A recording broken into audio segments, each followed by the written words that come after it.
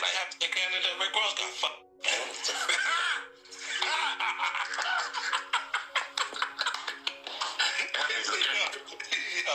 So Rick Ross' first week is now coming under scrutiny. Allegedly, Rick Ross Set in Stone, his album, is set to debut at number 45 on the Billboard 200 album charts with 17.2K first week, which means 17,200. I gotta be honest with you. I think this is about par for the course for Rick Ross. And I know y'all might be like, oh my God, no. I got a DM say, Rose, how you feel about what 50 said? What the? And I said, what did 50 say? Excuse me, before you mention what 50 said, let me ask how's it going over there in Shreveport? All right, Curtis 50 Cent Jackson. I've heard of him. Yeah, we all have. Let's talk about him. He's saying he is pushing back from Shreveport. What does that mean? He's invested with all of this property that he's bought. Does that mean that he doesn't want to work with the city of Shreveport and these ventures anymore? What does that mean? You borrowed all them people money. Did you return their money back? And Shreveport ain't give you the loans you was looking for. Because they smart. LA don't need a fucking film studio. Hollywood don't need it. Why would you need a film studio? You stealing people money. Get them people back their money, Curtis. Now. At the end of the day, you need a hit song that's current to kind of sell music. Not that shocked by 17.2. Now, I'm also not going to protect Ross because of how he talks, and he's been talking about Drake, saying Drake ain't shit. I think fans are right to say, well, Ross, you flopped. Bro, what are you talking about? Like these old had to put albums out because if it flopped, that's all they ever had to lay on. Rose ain't got that issue, baby. I could just lean back like that. And watching these sales, people are, kind of like processing, like, is this guy even who he says he is? All our prices is set in stone. Flip-flops. Ricky Rose album, boy. They better, and when y'all review Ricky Rose album, hey man. Reports surrounding Rick Ross's latest album have sparked another chapter in his never-ending rivalry with 50 Cent, and you won't believe how quickly things escalated. Early projections suggest Set in Stone could open with fewer than 26,000 first-week sales, giving 50 all the ammunition he needed to jump online. He immediately started clowning Ross, joking that he might have to start promoting car shows and selling chicken wings just to make up the difference. And just like that, one of hip-hop's most legendary feuds is heating up all over again, with fans watching every move to see who fires the next shot. Nigga, you hopped in beef for no fucking reason, nigga. You inserted yourself when you had nothing to do with this shit. So let's break this down. Nigga, you did 1.8 in your first day, which equivalates to 1,220 albums sold. The biggest flop of them all, nigga. Hey, you know that nigga 56 ain't dressed in. Hey, what you think about that nigga baby mama? What's her name? The Chinese girl. Yeah, I met her. I did too. I met you.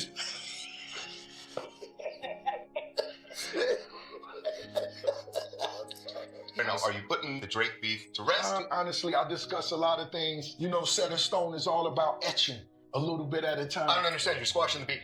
So I don't know if that means Ricky Rose is.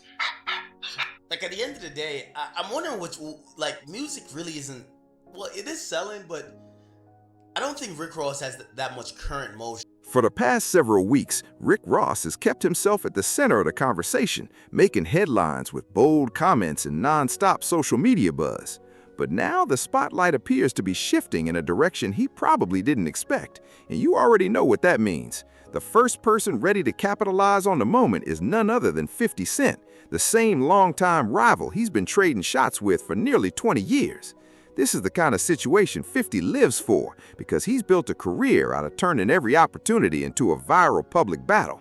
Whether fans cheer him on or criticize his approach, one thing is undeniable: he rarely wastes time before responding. The moment he spots an opening, he's already planning his next move. That's exactly why this latest development feels like another major chapter in one of hip-hop's longest-running feuds.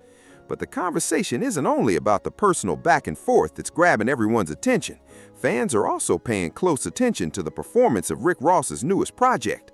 According to reports circulating across social media, Set in Stone is currently projected to move fewer than 26,000 units in its opening week and could even miss the Billboard 200's top 20 entirely, making the situation even more difficult to ignore. Sound crazy, but I'm not too sure what Ross's situation is now on the majors, but I didn't expect much beyond 20 to 30 from Ross anyway.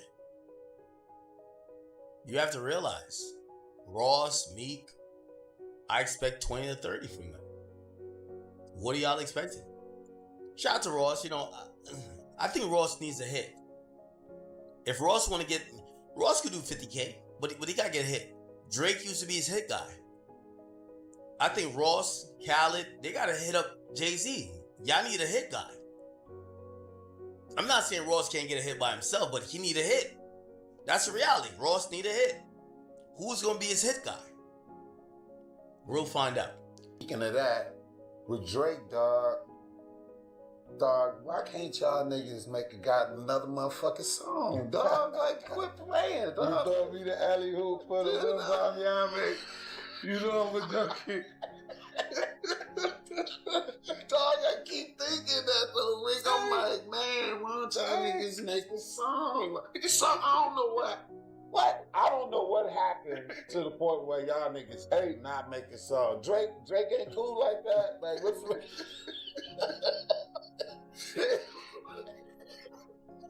If those projections hold up, it's easy to see why so many people are asking what went wrong, especially for an artist who spent years being recognized as one of rap's biggest names. That's exactly why the debate keeps getting louder with every passing day, and you won't believe how divided fans have become. Before anyone asks whether I actually listened to the project, yes, I gave the album a full listen. Music is always subjective, but when you look at the streaming numbers, only 2 songs have managed to cross the 1 million stream milestone so far.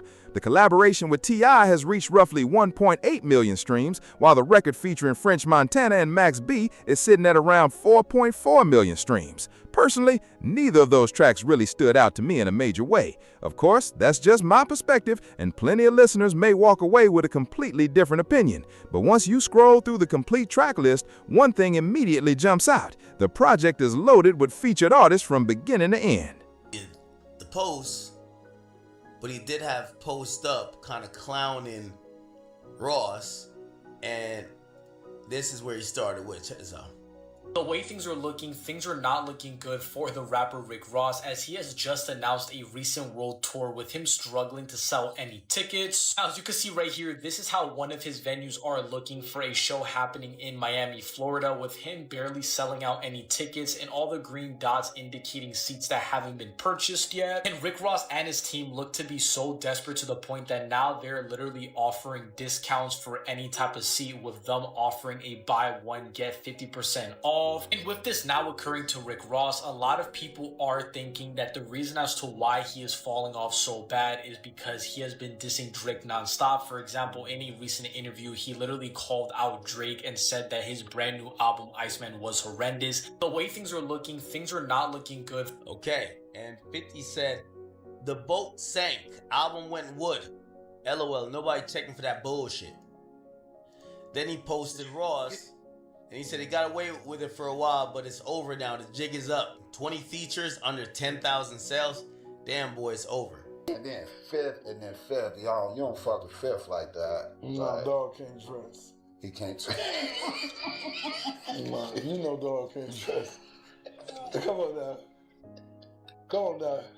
When it come to making moves, I'm telling y'all this because I'm getting ready. I'm doing some, album shit, right? But for the ones that want to know, this album number 12, Rose, how are you always so confident when it comes to your business, because it go the way I wanted to go? My album come out, I'm already paid before the album come out. It's Rose. I don't know when them niggas sit on them podcasts doing all them little deals, I don't know what little niggas y'all talking to.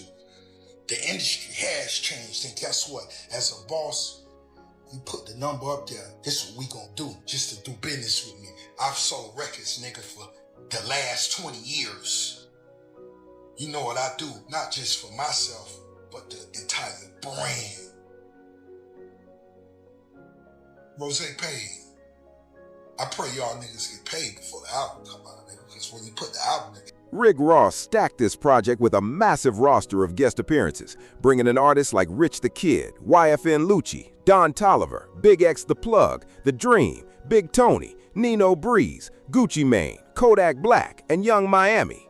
On paper, a lineup like that usually creates major hype and gives an album extra momentum before it even drops. But now, you won't believe what fans are debating, because many people online are questioning whether all those big-name collaborations were actually enough to help the album reach a broader audience.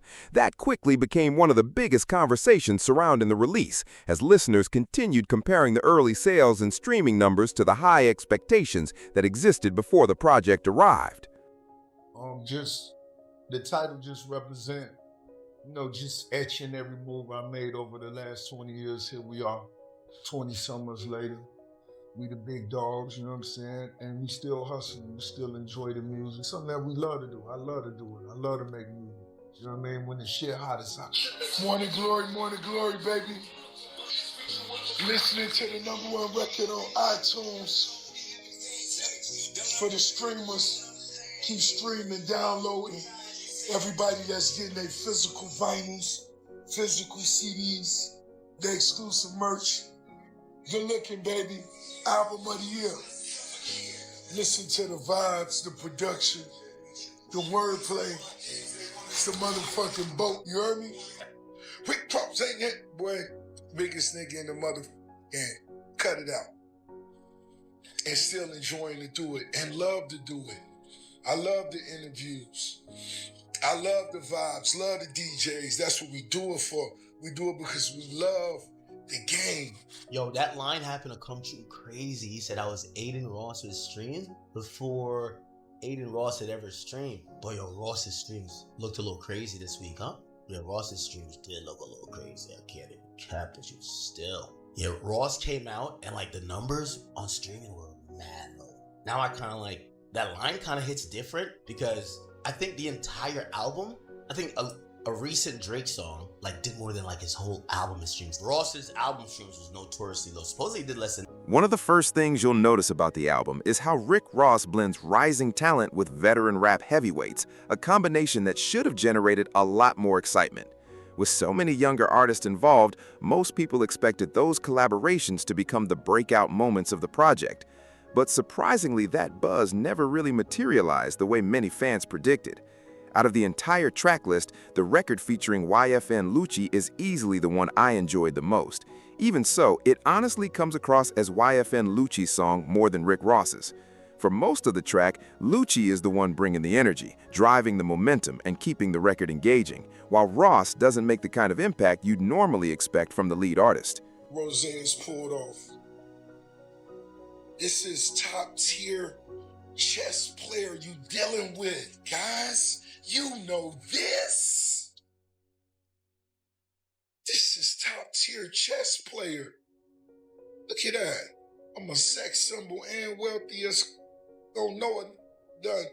Review project on the new album. The perspective Rose giving you. You gotta realize I came in 20 years ago, every day I'm hustling from the mud to the marble. So now the perspective from the penthouse down to the streets, and we're gonna give you that perspective. But some people would say you came in the game talking that shit. I did. It was always about getting to the money. You know, I don't know if this shit went over niggas' heads. We talking about every day we hustling. Every day we going to get it. The White House. These are records on the first album. We speaking real estate. Buy back the block. That's what it always was. It may be just because it came to fruition in front of niggas' eyes. Some of it is unbelievable, but it's here. So when you say a different perspective on this album, is there a difference in how it's executed today versus how you came in? No, just the difference in the mindset. Nigga got a $500 million mindset now. This ain't the nigga trying to get his first 10. Cause when you get 1, you know you can make it to 10. You get 10, you can make it to 100. Don't let nobody fool you. You get 100, you could get a.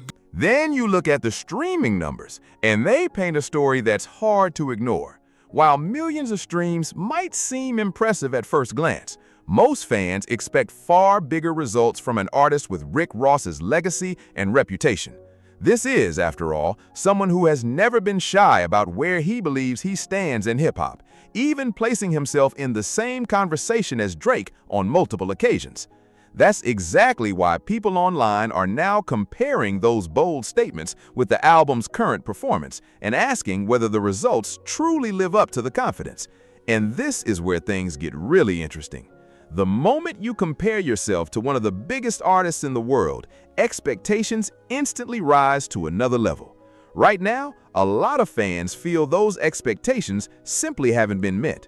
Social media has been flooded with jokes and reactions, with critics saying Rick Ross's confidence remains unmatched, even if they believe the numbers aren't telling the same story.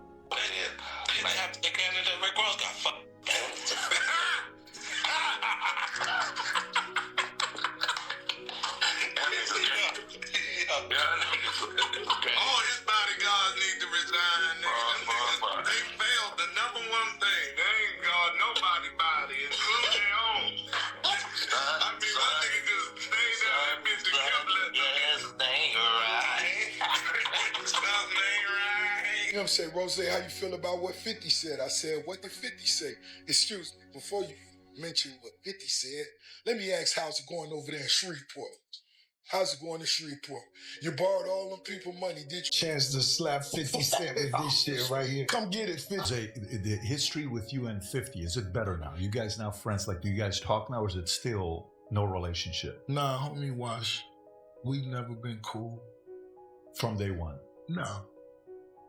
This is a big business you guys are a part of. You guys are two of the heavyweights in the business. I mean, what is there to talk about? A lot of things to talk about. History, the beef. What kind of history? That he couldn't dress? That's all I used to tell him. Yo, you can't dress. You're not really getting no money. You don't own your masters. Eminem saved you. Dr. Dre saved you. All the big names. Rose did it. His At the same time, Rick Ross has consistently argued that his connection with the streets and his loyal fan base is all the validation his music needs. But now, critics are pushing back, saying the early sales projections and streaming numbers don't exactly support that narrative, at least not with this album. Even so, one thing you can overlook is that Ross has never been the type to shy away from controversy. He has always kept his rivals within arm's reach, and that competitive mindset has become a defining part of his public image.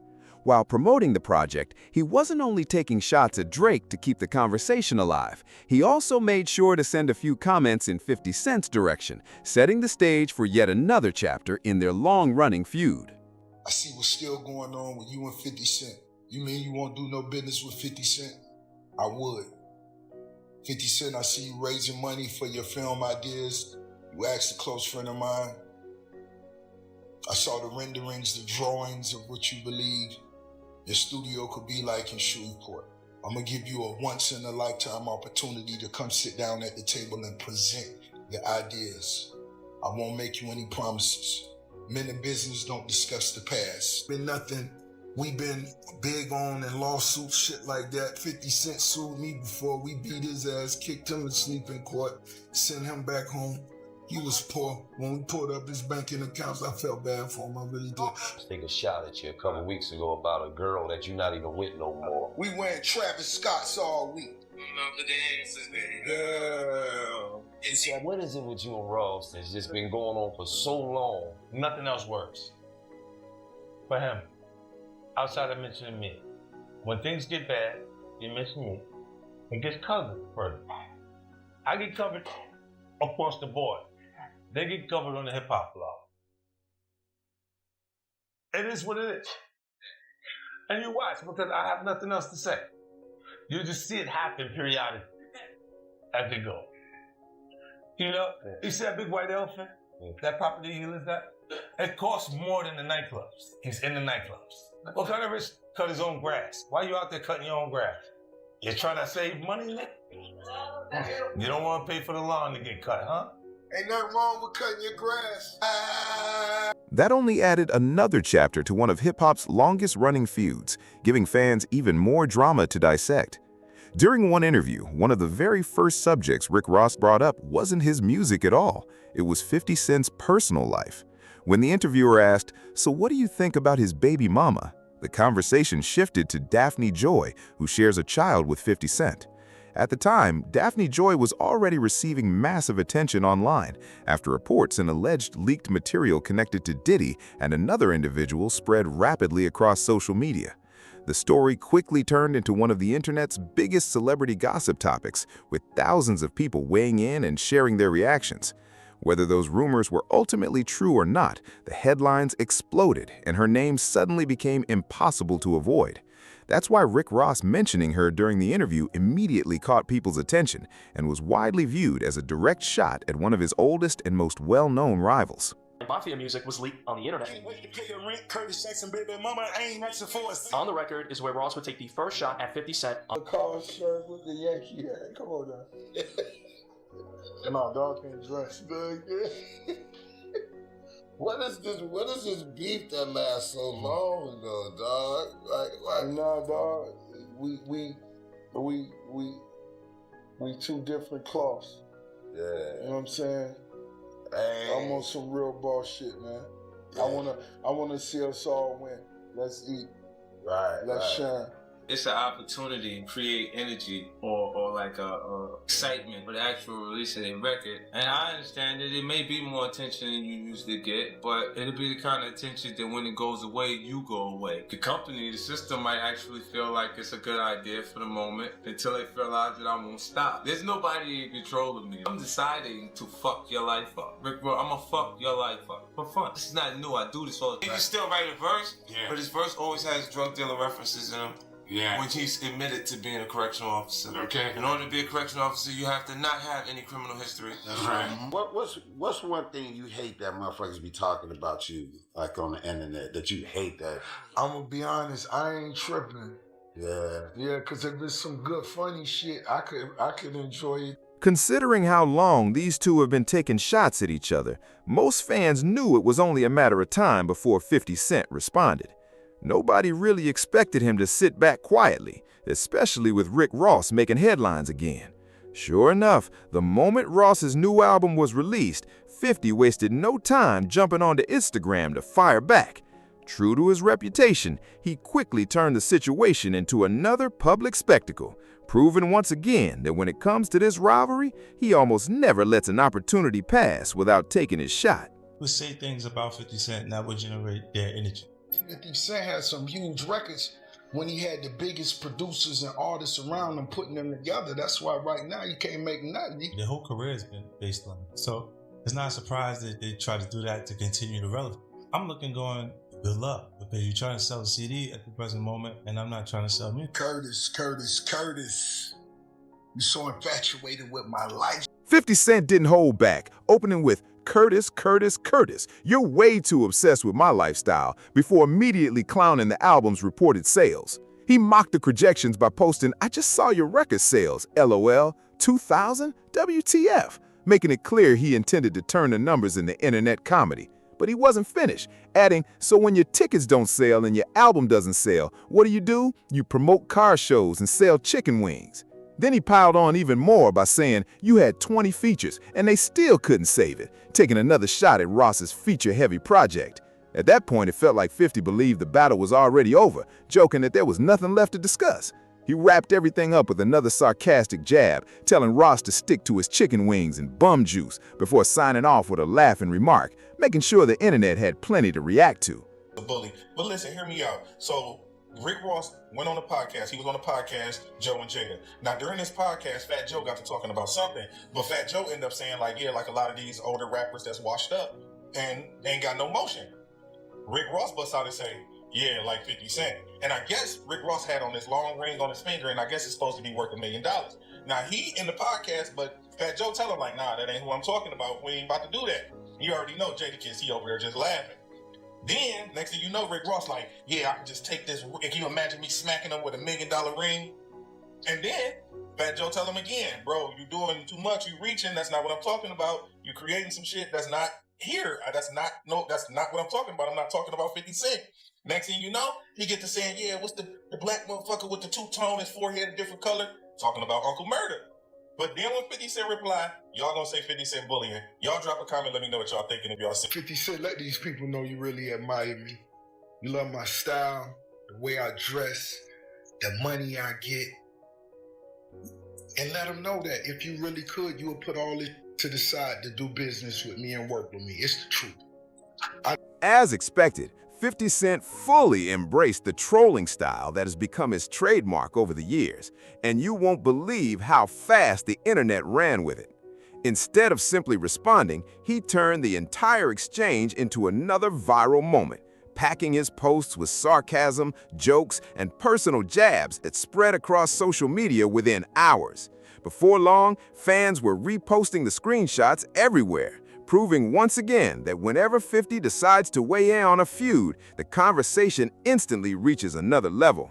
He's trying to jump ahead of a flop. I've never seen this before. There's lack of promotion, no proper single rollout. It's kind of a mess. Usually, you got Drake. There's no Drake on this album. Make sure y'all stream that new T.I., man, that new T.I. shit. Right One, that shit on fire.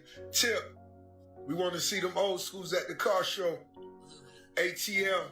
Let Tip know after y'all stream that nigga new shit, that shit hot. I fuck with that. You heard me?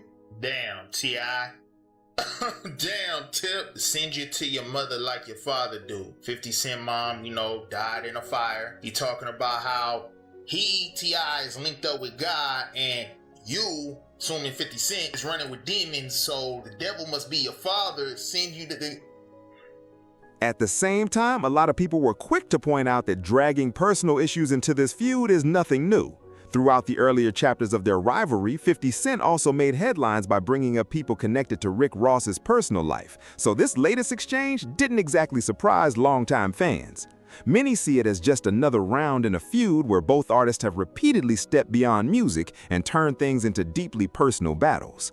Over the years, this rivalry has delivered countless unforgettable moments, and many of them have exploded across social media.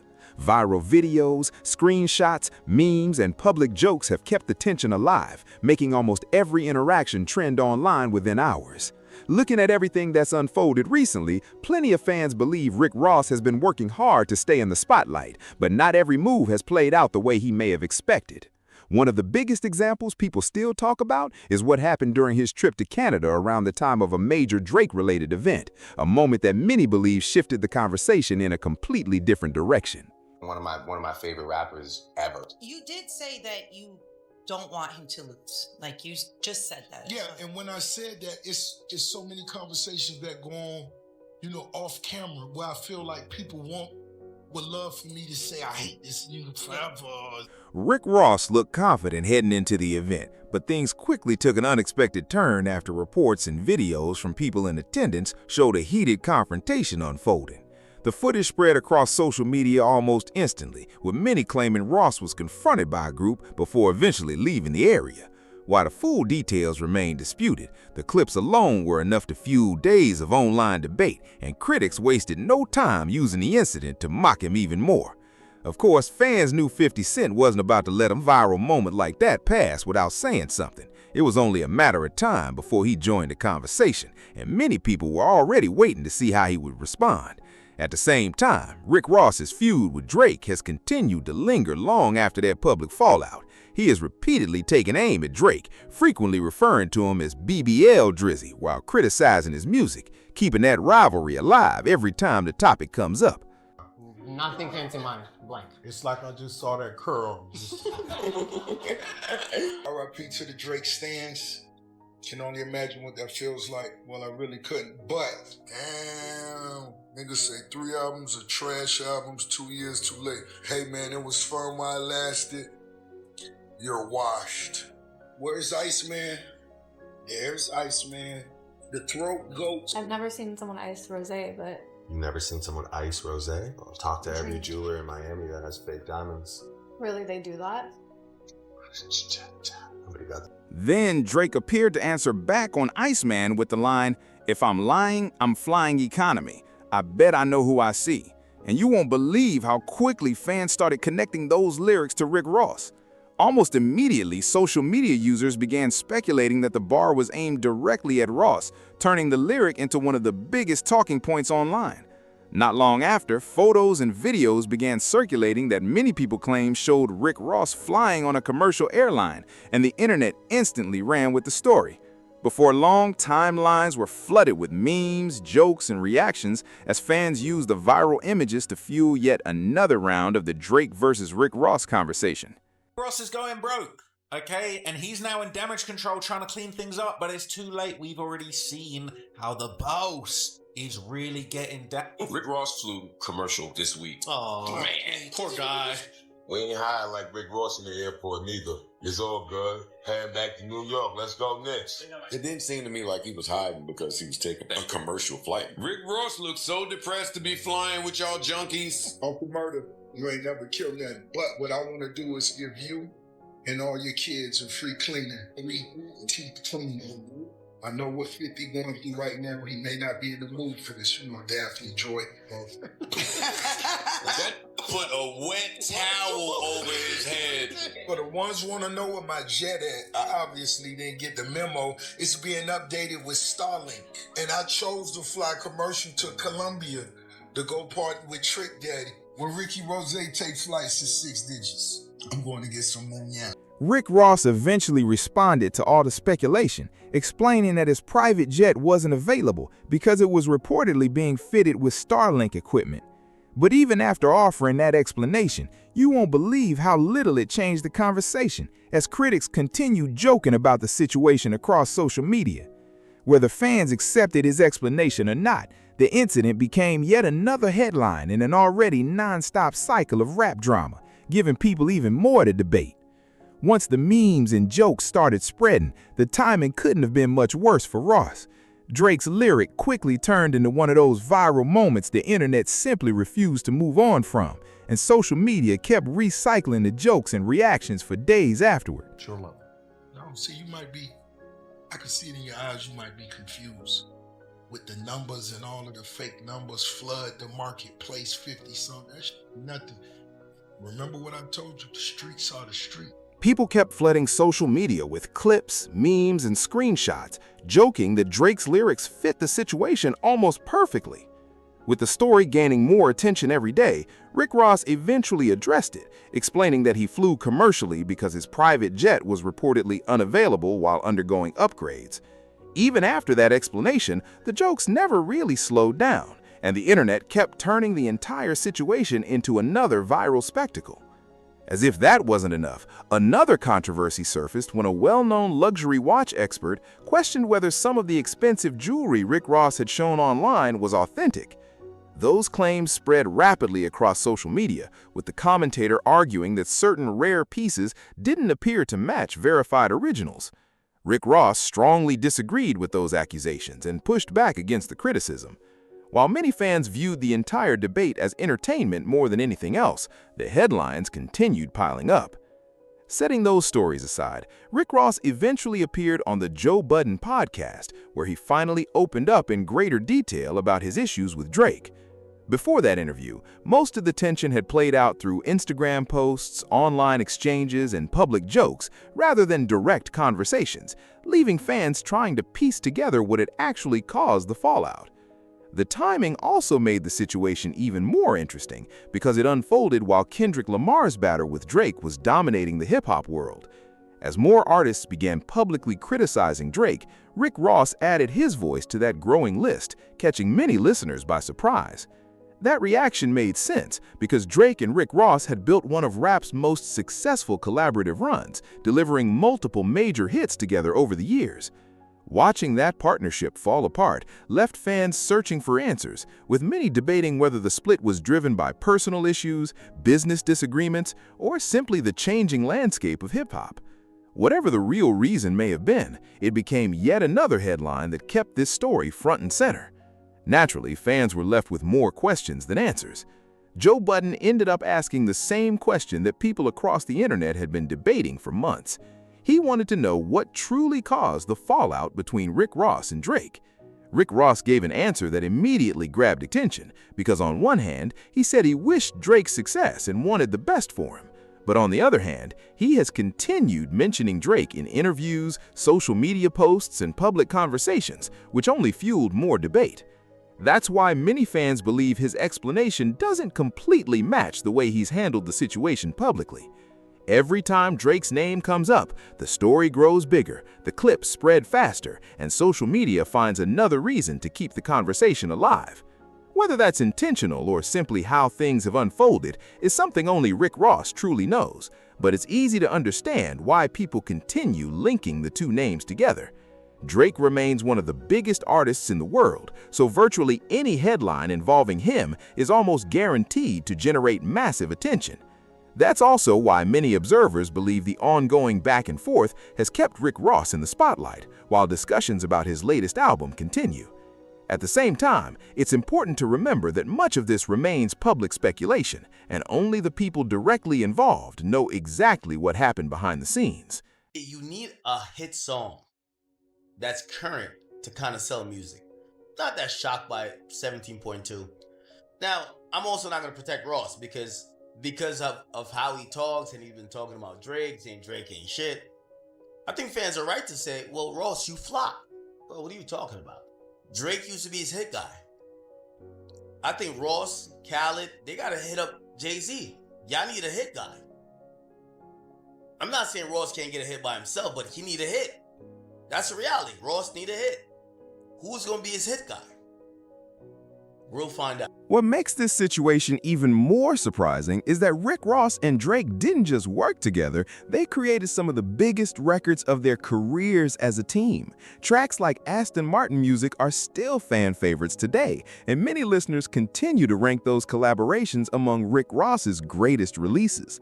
That's exactly why their fallout caught so many people off guard. When it comes to Rick Ross's long-running feud with 50 Cent, most fans understand how that rivalry developed because it's been playing out publicly for years. The situation with Drake, however, still feels far more mysterious. Maybe there are details that have never been revealed to the public, or maybe the real reason behind the split is much simpler than all the online theories suggest. Until someone involved tells the full story, fans will probably keep debating what really happened and why such a successful partnership came to an end. Now I want to hear from you. Who do you think has handled these rivalries better? Rick Ross, 50 Cent, or Drake? Do you believe this drama is completely genuine, or has social media amplified it far beyond reality? Let me know your thoughts in the comments below because I'm genuinely interested to see where everyone stands on this one.